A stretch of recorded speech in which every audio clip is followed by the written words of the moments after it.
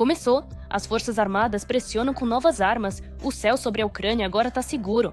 Este sistema finalmente fará o que todos tinham medo de dizer em voz alta. Neste exato momento, um tapa na cara de Abor. A Ucrânia fez o impossível. A nossa ofensiva perto de Zaporizhia. É pra lá que as forças armadas realmente estão indo. Syrskyi planejou algo fantástico. O caminho tá livre. A histeria começa no Kremlin. Putin deu uma ordem insana. Cortaram a internet em Moscou. Os russos estão uivando com isso. Preparação pro pior. Choque! O mundo agora tá caçando os drones ucranianos. Aves de combate em troca de qualquer coisa. Uma gigante do petróleo tá pronta para assinar um acordo fatídico com Zelensky agora mesmo. Um momento que pode mudar o destino da Ucrânia. Tudo isso em nossa edição Ponto Infernal. O que os nossos acabaram de fazer chocou a todos. A defesa aérea mais forte do mundo está sendo erguida sobre a Ucrânia. Os Patriots não são mais necessários. O avanço defensivo total. Volodymyr Zelensky anunciou isso triunfalmente. Um domo de ferro de fabricação nacional, mais potente que o israelense. Fim para os Shahed. Drones interceptadores estão fechando as cidades. As esteiras de produção funcionam 24 horas por dia. A Romênia entra na linha e faz algo chocante para Kiev. Os primeiros detalhes, não perca a seguir. Fim para os Shaheds inimigos. A Ucrânia lança uma nova arma contra drones kamikaze. Os drones interceptadores ucranianos tornaram-se um verdadeiro sucesso mundial. Cada vez mais países do Golfo Pérsico estão interessados no sistema ucraniano de combate a drones. Relata-se que a Arábia Saudita está negociando com a Ucrânia um grande acordo de armamentos. E este está longe de ser o primeiro país interessado. A Ucrânia enviou drones interceptadores e uma equipe de especialistas para a Jordânia para proteger bases militares americanas. Atualmente, ninguém no mundo possui mais experiência no combate a drones iranianos do que Kiev. O drone interceptador ucraniano Sting é um dos meios mais eficazes para abater os Shaheds. A porcentagem de seus acertos bem-sucedidos é de quase 90%. Mas agora, o número de Shaheds russos destruídos será ainda maior. Uma empresa ucraniana começou a produzir em série os interceptadores Air Baby, e a tarefa deles é justamente alcançar e destruir o drone inimigo. A essência dos princípios físicos de funcionamento de todos os drones interceptadores é praticamente a mesma. A estação de radar guia o operador até o drone. Ponto que está sendo interceptado. O operador estabelece contato visual e então o drone interceptador faz o seu trabalho. Na guerra moderna contra os baratos Shaheds russos, são os drones que se tornam a principal defesa aérea, pois tem uma grande vantagem. Os americanos só conseguem produzir 600 unidades de mísseis para o Patriot por ano, por enquanto. E drones interceptadores podem ser produzidos em 60 mil unidades. Este é um meio de contra-ataque barato, eficaz e facilmente totalmente adaptável para a defesa aérea. E até países que têm os melhores sistemas de defesa aérea acabam percebendo que essa não é a melhor opção de defesa. 60 a 65 mísseis são produzidos pelo maior fabricante de Patriots, a América, por mês. Portanto, é claro que esses estoques serão esgotados por qualquer país. Não importa quantos mísseis existam, não serão suficientes na luta contra os Shaheds iranianos. Mas a reforma da defesa aérea é apenas o começo, pois a Força Aérea fala na criação de algo maior, o domo de ferro ucraniano.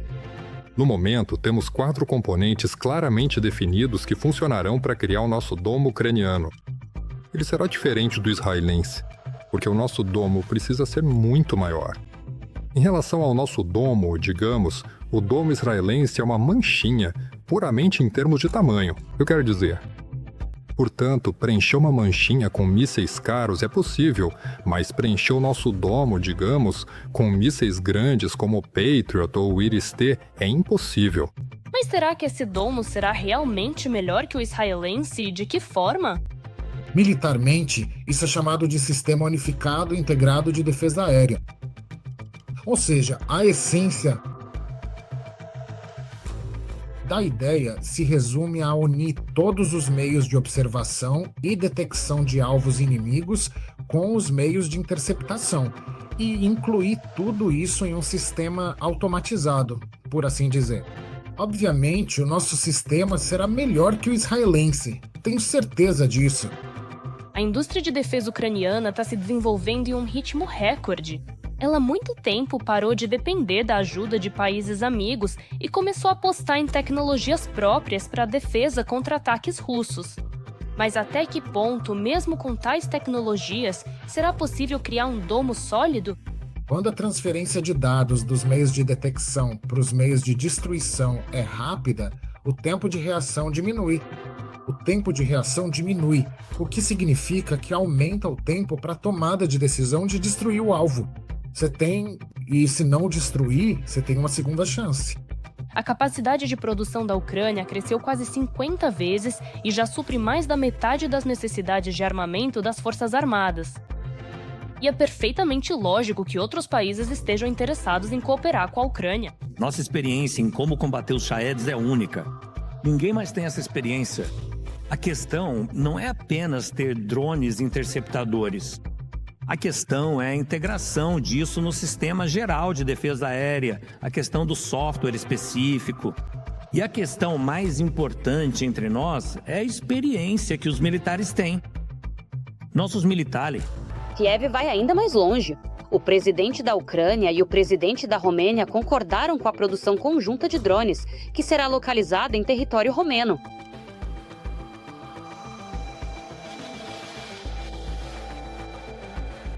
A Ucrânia está criando uma nova defesa para o céu. Com a cúpula de ferro e drones interceptadores, os Shaeds inimigos não passarão mais. Uma nova etapa da defesa aérea ucraniana já começou. Urgente, o truque barato de Orbán não funcionou. Kiev não se tornou refém do regime de Moscou, mas bateu tão forte que até o Kremlin sentiu. O amigo de Putin perdeu a fala com isso. Zelensky derrotou o aliado de Moscou. A Europa deu uma ordem decisiva. As eleições na Hungria fracassaram. Orbán está sendo derrubado um mês antes da votação. Putin está no bunker arrancando os cabelos. A Ucrânia conseguiu fazer a Hungria ir contra a Federação Russa? Choque. Falaremos mais sobre isso em um instante.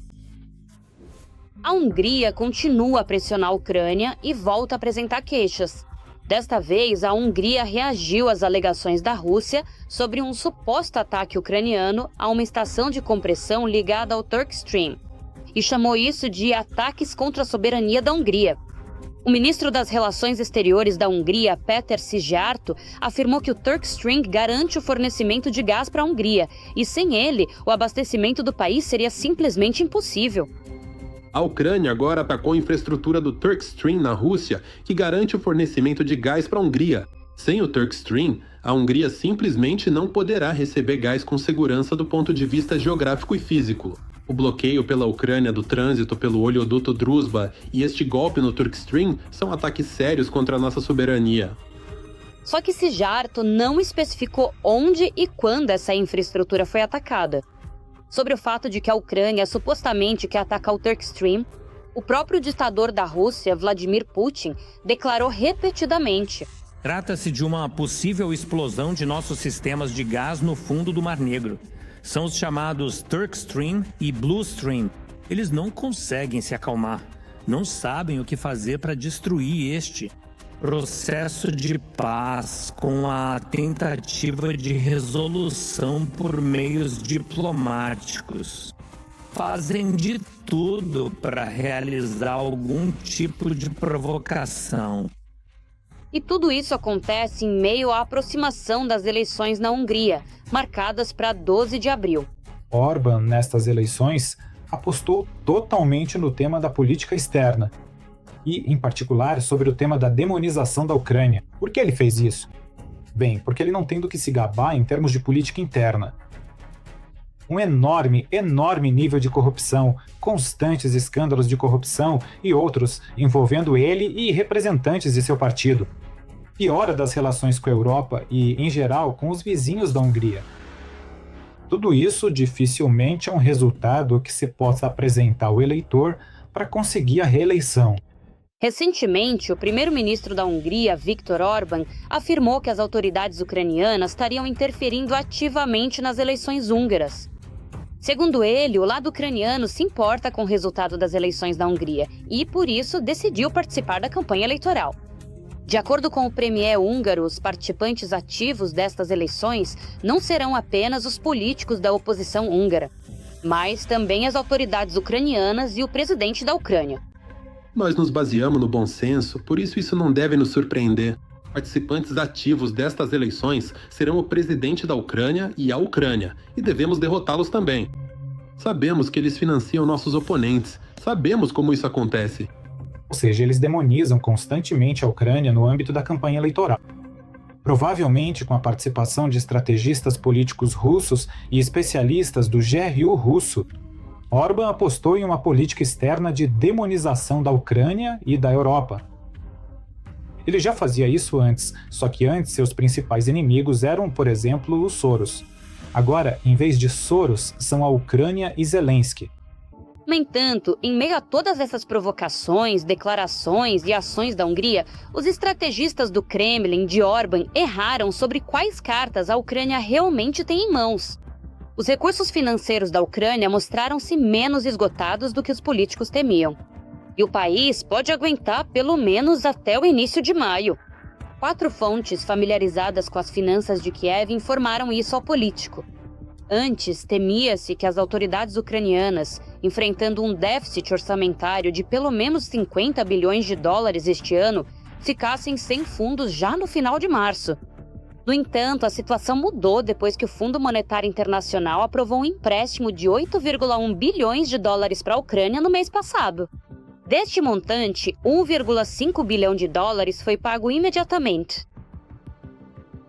Em meados de dezembro, os líderes da União Europeia concordaram com um pacote de apoio financeiro para a Ucrânia de 90 bilhões de euros para ajudar a financiar sua defesa contra as tropas russas.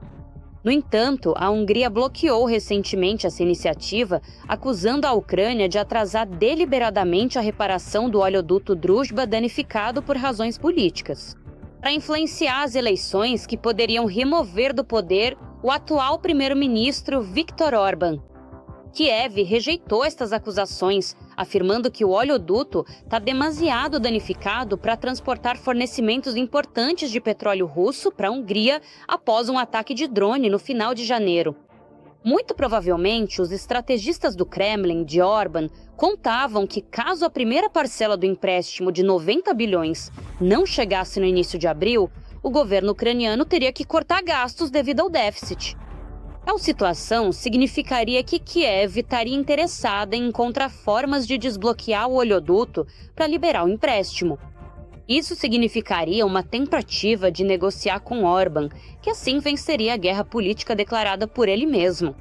De fato, o próprio primeiro-ministro húngaro contava com o fato de que Kiev ficaria sem recursos justamente antes das eleições na Hungria.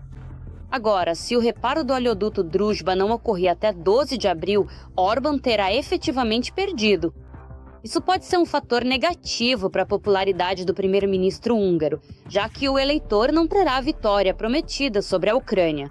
Até hoje, o partido de oposição húngaro TISA mantém a liderança antes das eleições.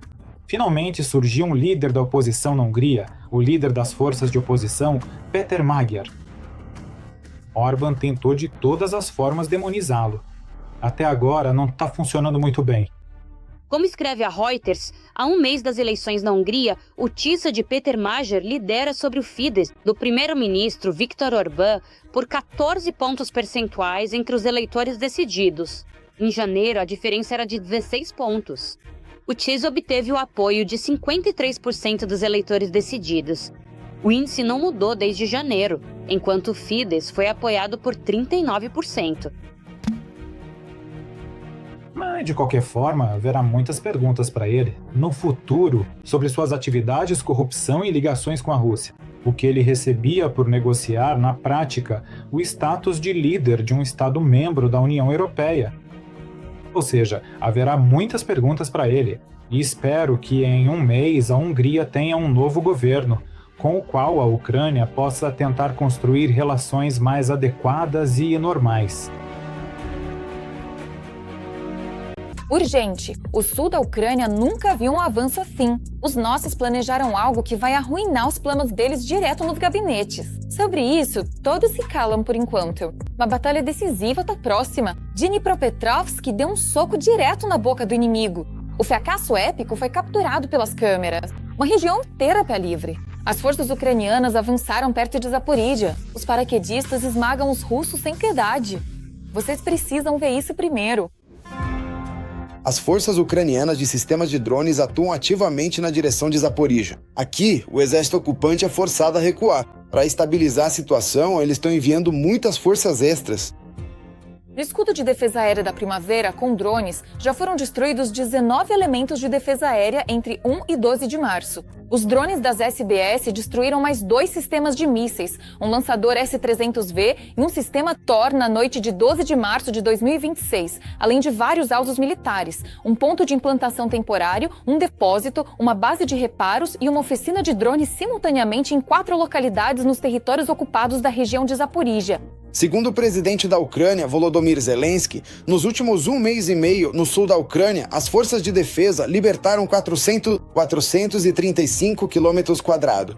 As forças ucranianas retomaram o controle de cerca de 10% do que Kiev cedeu a Moscou em 2025. O Instituto Americano para o Estudo da Guerra afirma: os maiores sucessos das forças ucranianas foram em Dnipropetrovsk, onde a presença russa caiu para 3 localidades, e em Zaporíjia, onde 9 cidades foram retomadas desde janeiro. Esses contra-ataques podem arruinar o plano da campanha ofensiva da Rússia na primavera e no verão de 2026. A tarefa da Rússia é manter as posições na linha de frente, garantir a segurança das áreas de retaguarda contra ataques ucranianos e avançar até o alcance da artilharia da cidade de Zaporíjia. Analistas militares russos e também alguns blogueiros de guerra que são ligados ao corpo de oficiais do exército da Rússia afirmam que a ofensiva acabou estagnando. Eles dizem que as tropas russas foram paradas e em certos setores, inclusive, acabaram sendo forçadas a recuar devido à resistência encontrada. Essa situação, segundo esses especialistas, mostra as dificuldades enfrentadas atualmente pelas forças armadas russas no conflito. Isso é, no geral, um sério, se falarmos de perspectivas, é um sucesso significativo das forças armadas da Ucrânia. Atualmente, a direção de Zaporíjia é, talvez, o ponto mais crítico no mapa das operações militares. As ações bem-sucedidas do exército ucraniano frustraram o plano do ocupante de criar uma base para uma nova ofensiva contra Zaporíjia.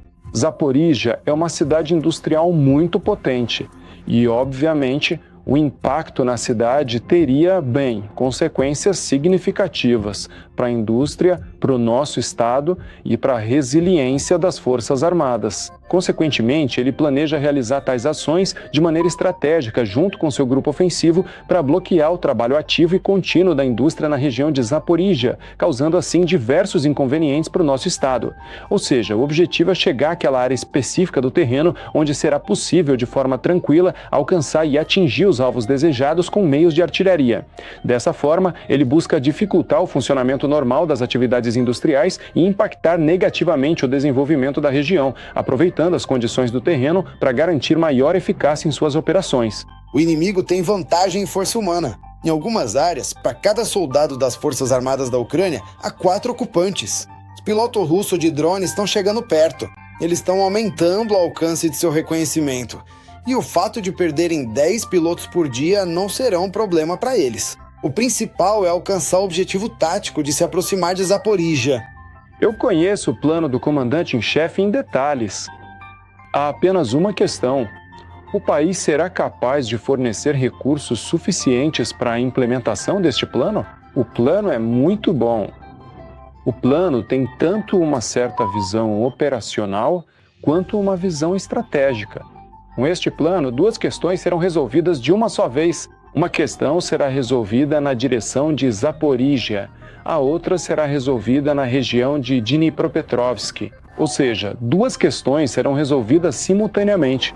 E, como a experiência mostrou, o comandante-em-chefe sabe planejar operações complexas. O fato de estarmos implementando-o apesar da vantagem numérica do inimigo é uma demonstração de que nosso exército é mais eficaz.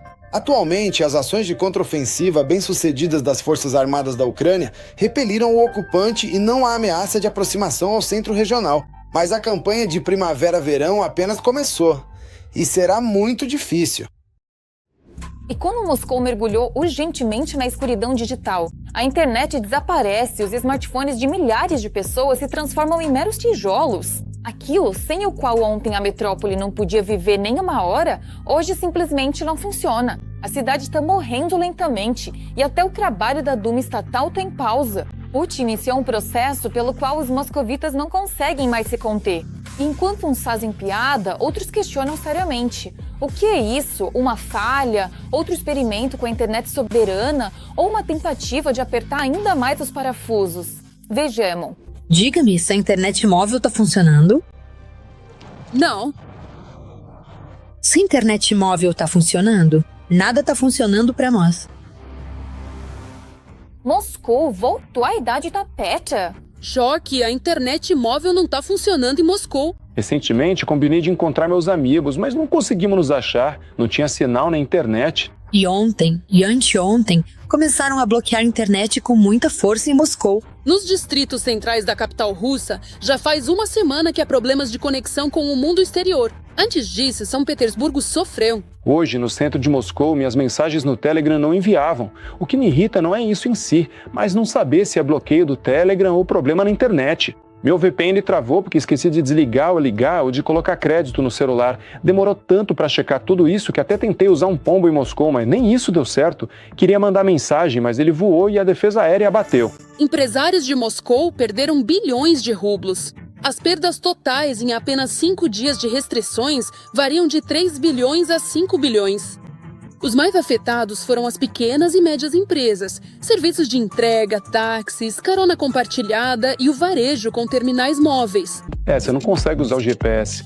Você não consegue entrar em nenhum aplicativo, não consegue ativar nenhum desvio ou qualquer outra coisa. E sim, isso é uma merda total. Taxistas e motoristas comuns não conseguem fazer seu trabalho. Os serviços de pedidos voltaram aos celulares de botão e todos trabalham apenas por chamada. Os moradores da capital correram em massa para comprar mapa de papel. Vamos! Eles estão instalando essa internet. A gente não precisa dessa merda de internet de vocês. As operadoras de celular não podem fazer nada. Dizem que não foram elas que tomaram essa decisão.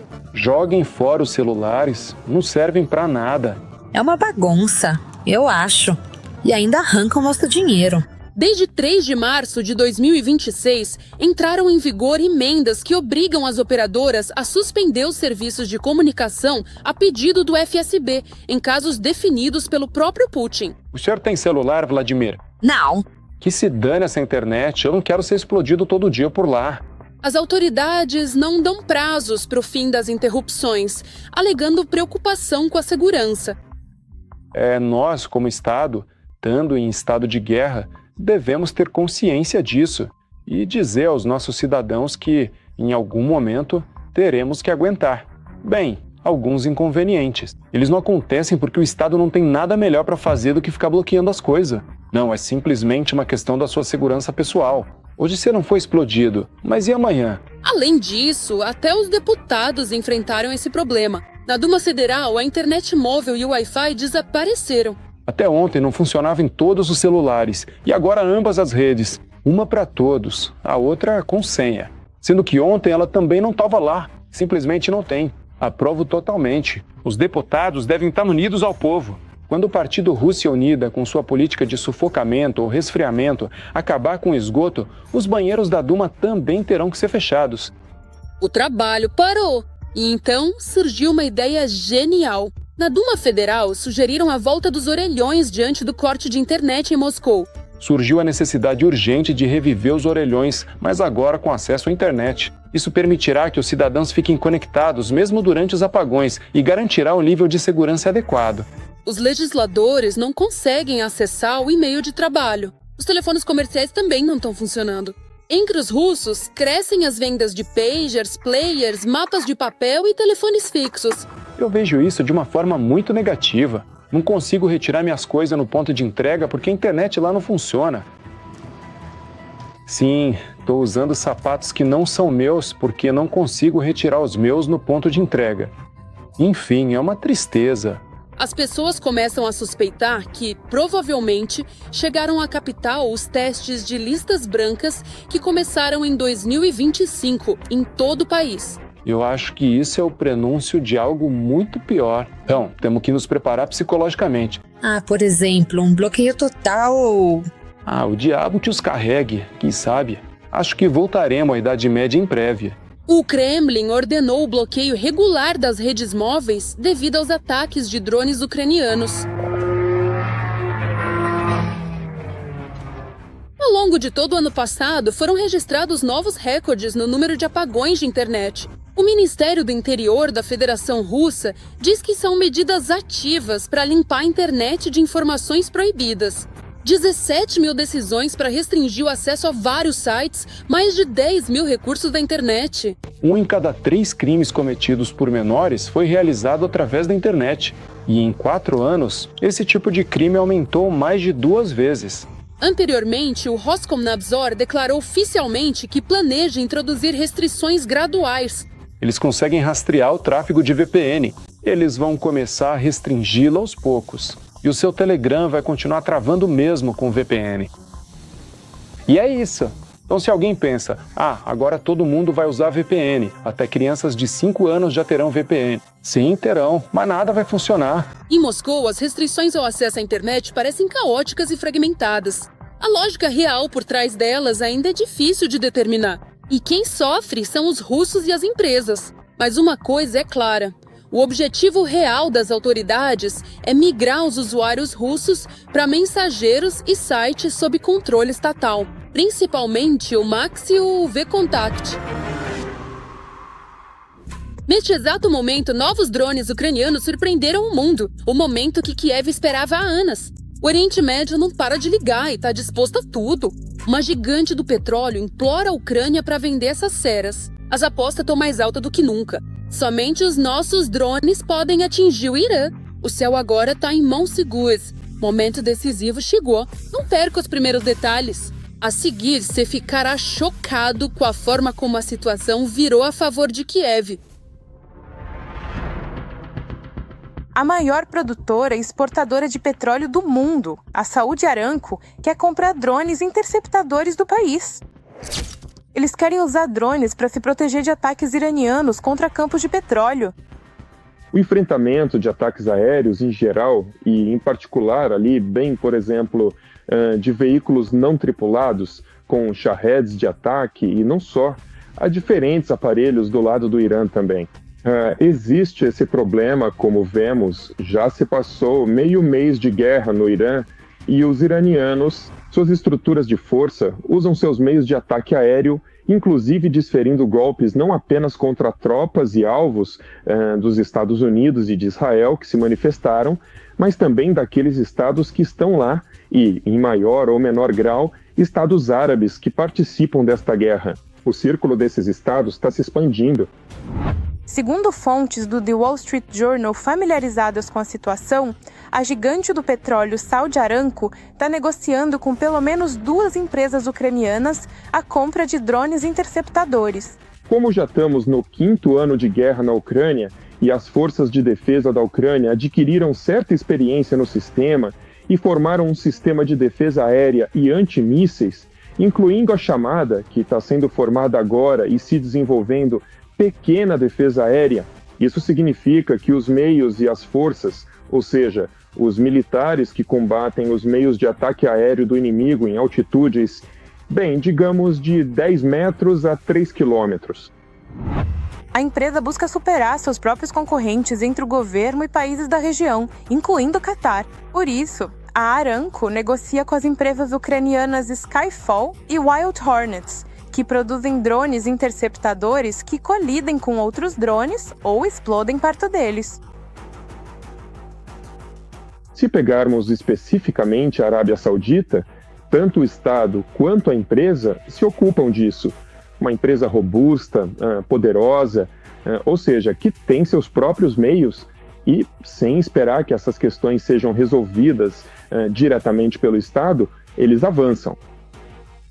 E o nosso lado está interessado. No geral, o Estado permite que eles façam isso.